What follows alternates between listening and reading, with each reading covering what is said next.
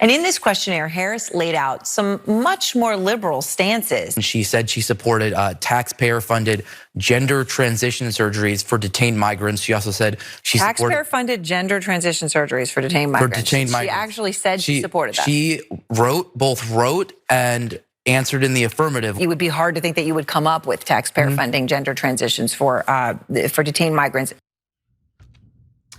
On the eve of the first presidential debate between Kamala Harris and Donald Trump, CNN reviewed Kamala Harris's policy past and what she claimed she was supportive of in a 2019 ACLU questionnaire. This is a questionnaire that they gave to the Democratic candidates in the primary. She submitted it, and the findings are interesting.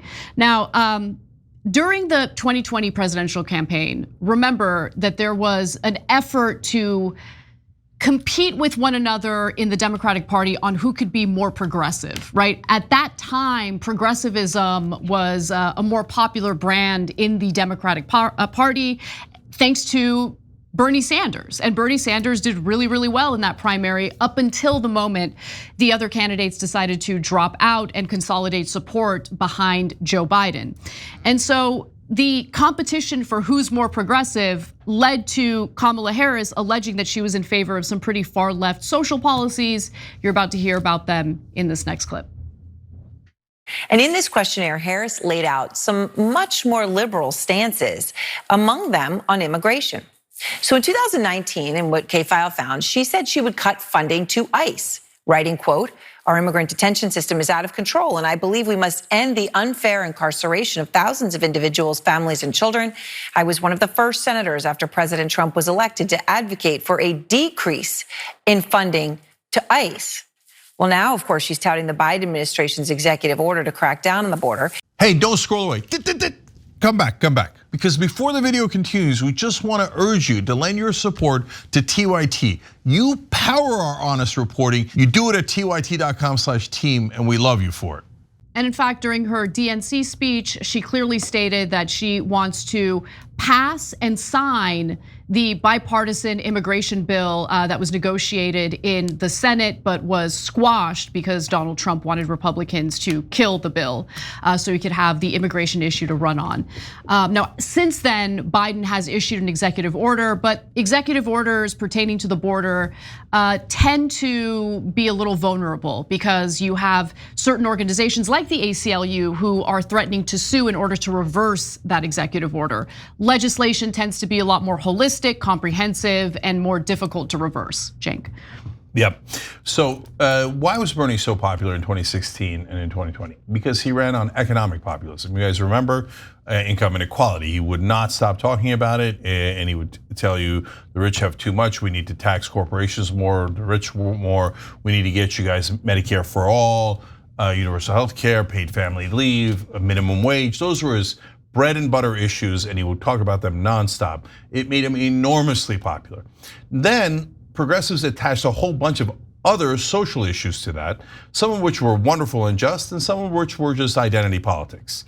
And so it actually made Bernie a little bit less popular in 2020. But at the time, the Kamala Harris of the world are trying to adjust Cory Booker and a lot of the other normal establishment Democrats and trying to figure out why is Bernie so popular? Let's copy him.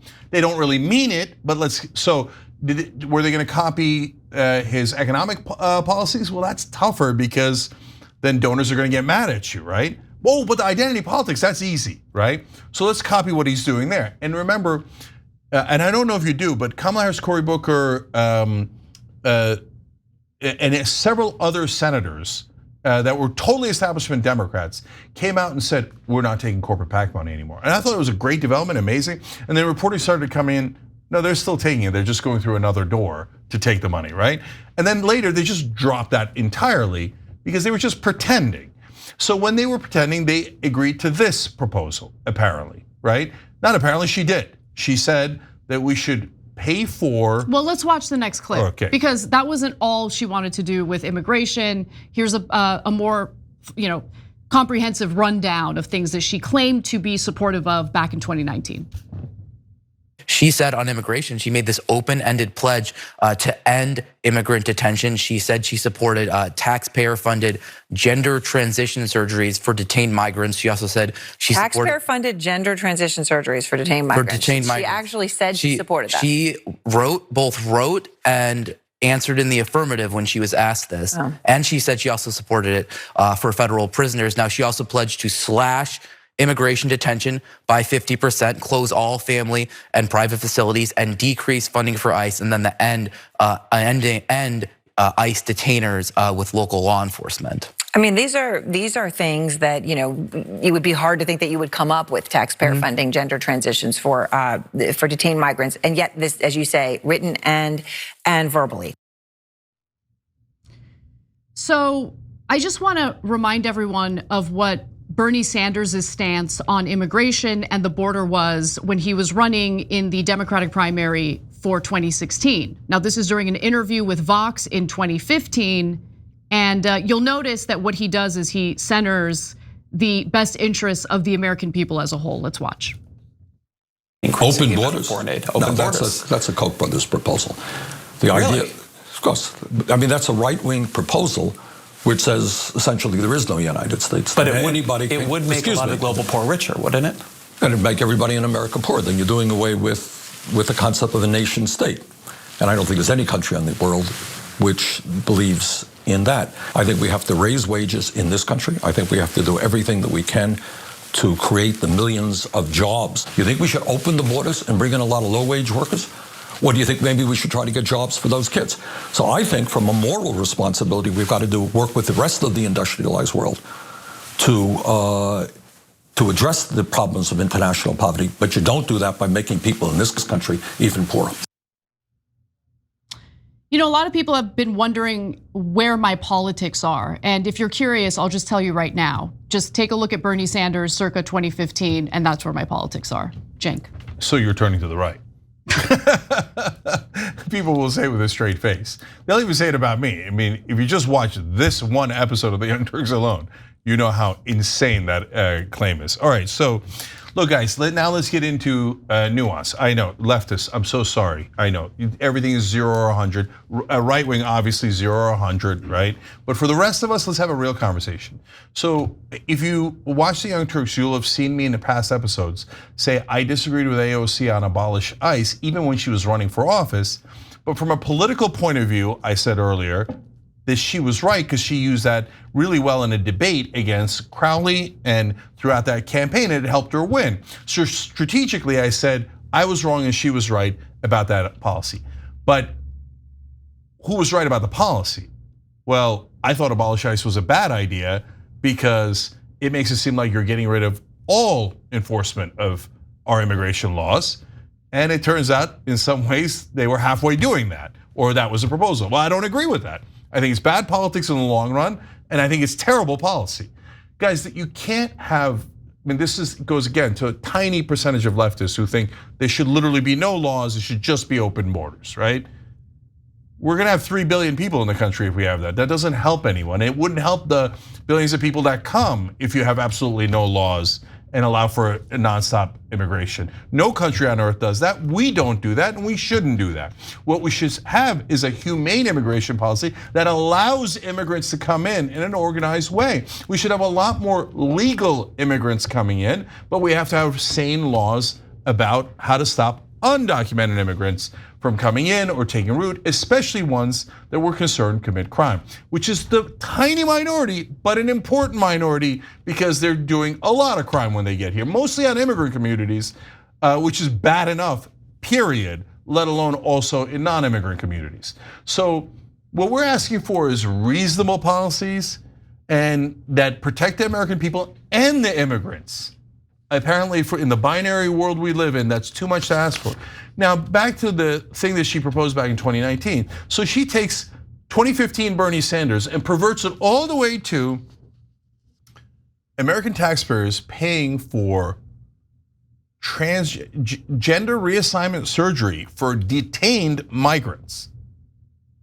Guys, if you think that's a popular policy position, you're in la la land. I mean, you're on a different planet. That would poll at about 2%, and it should. Why do we have to pay for gender reassignment surgeries of detained migrants? Like, I don't mind if they get that surgery. They're adults, they can do anything they like. I don't mind if they get it in their home country. If they've gone through a legal process here and they're now US citizens, they can get it here. I support their right to get it completely. But I don't know why I'm paying for it, especially when they're a detained migrant that aren't even a US citizen. Do we all then have to pay for the gender reassignment surgeries of everyone on planet Earth? Or the ones that just came here without documentation and without the right process?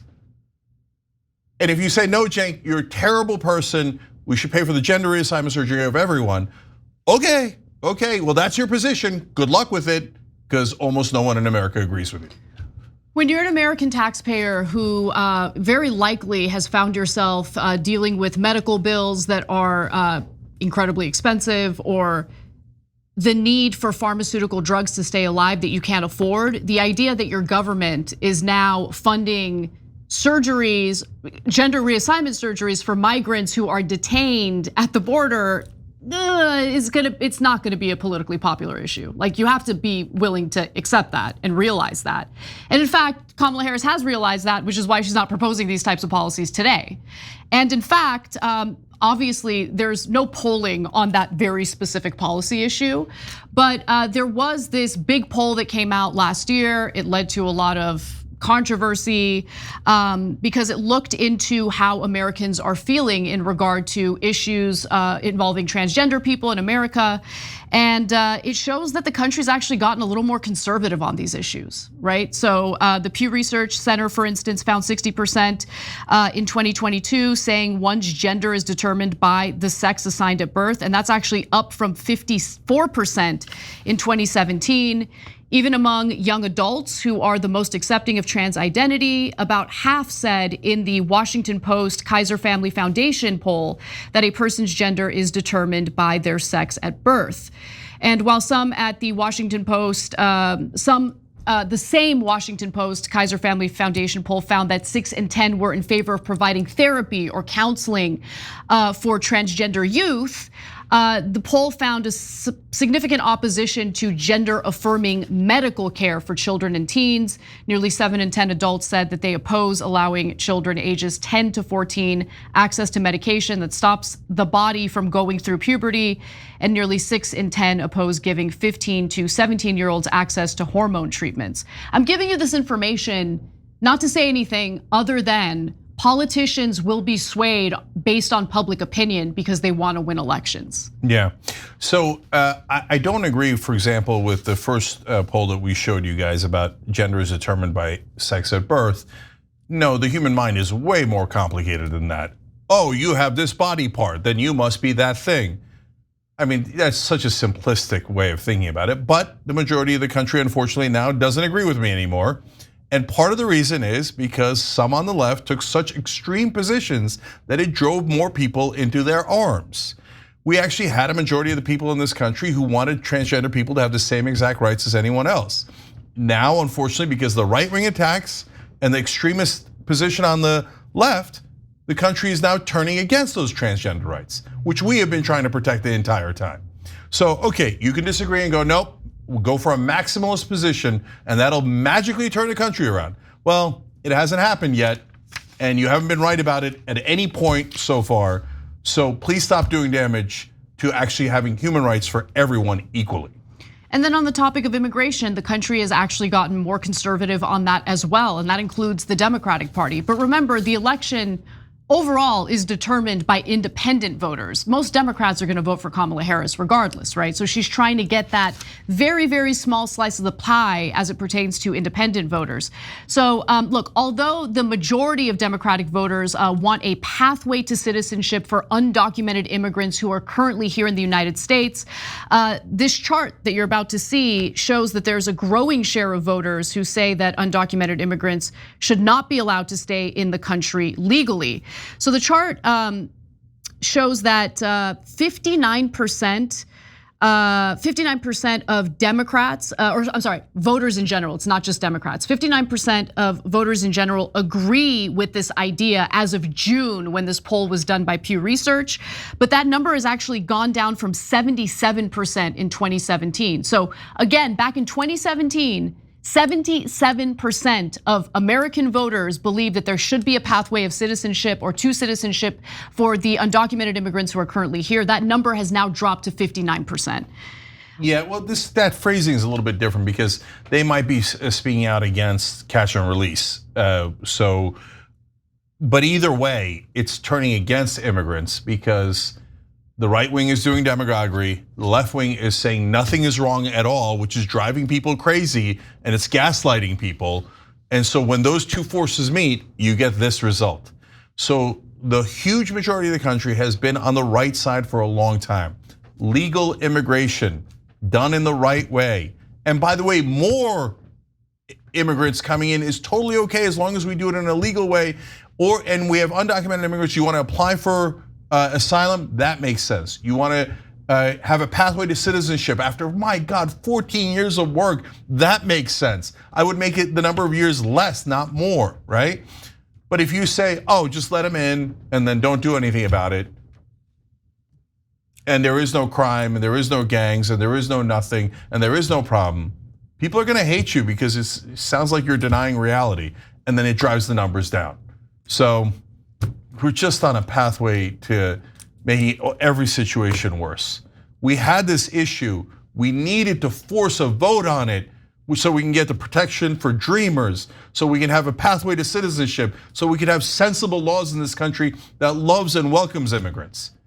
Now we're sliding in completely the wrong direction.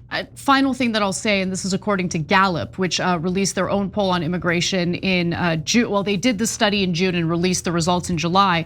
They found that among independents, 50% of them want decreased immigration today, when it was only 39% of independents just last year. This is, by the way, the title of the Gallup study, if you want to look at it. It's titled, Sharply, More Americans Want to Curb Immigration to the United States. 55% want immigration levels reduced, highest since 2001. Okay, so in that Gallup report, they find that 50% of independents would want decreased immigration today, when that number was only 39% last year.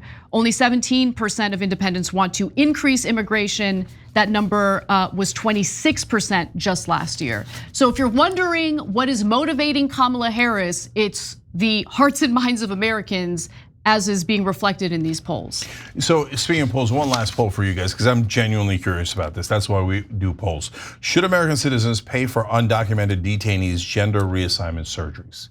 So, because I want to know, maybe we're out of step. Maybe you guys think, oh, of course American citizens should pay for gender reassignment surgeries. I'm curious. So I'm not sure how you guys are gonna come out. tyt.com/polls, and we'll have that up on YouTube community as well. All right, looking forward to seeing what you guys say. Thanks for watching The Young Turks, really appreciate it. Another way to show support is through YouTube memberships. You'll get to interact with us more. There's live chat emojis, badges. You've got emojis of me, Anna, John, JR. So those are super fun. But you also get playback of our exclusive member-only shows and specials right after they air. So all of that, all you gotta do is click that join button right underneath the video. Thank you.